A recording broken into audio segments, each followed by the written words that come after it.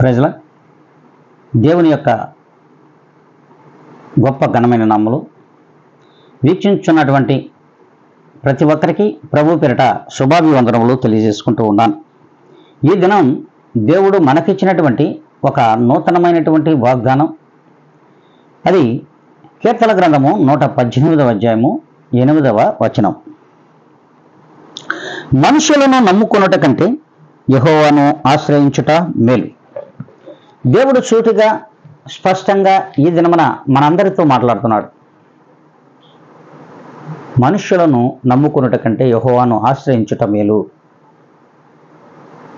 మరి ఈ రీతిగా మనమున్నామా?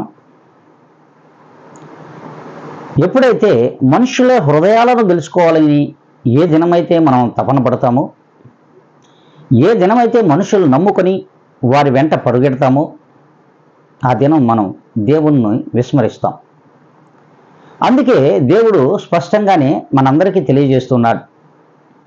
ఈనాడు మనుషుల హృదయాలను గెలవాలని, వాళ్ళ హృదయములలో చోటు దక్కించుకోవాలని ఎంతమంది అయితే ఆశ కలిగి ఉంటున్నారో అది కేవలం వ్యర్థం.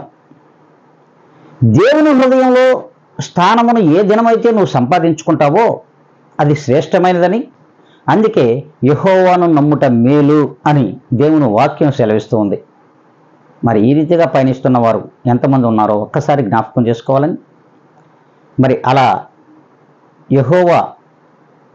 యెహోవాను ఆశ్రయించుట మేలు అనుకున్న వారు ఎంతమంది అయితే ఉన్నారో వారందరూ కూడా ఏ దినం నుండి మనుషులను ఆశ్రయించుట వ్యర్థము, యెహోవాను ఆశ్రయించుట మేలు అని వారి యొక్క తలంపులు పుట్టినట్లయితే, వారి హృదయ ఆలోచనలు కలిగినట్లయితే వారందరూ తలలు వంచి కూడా కళ్ళు మూసుకొని ప్రభు యొక్క ప్రార్థనలో ఏకీవించాలని ప్రభు పేరిట మనవి చేసుకుంటూ ఉన్నాను.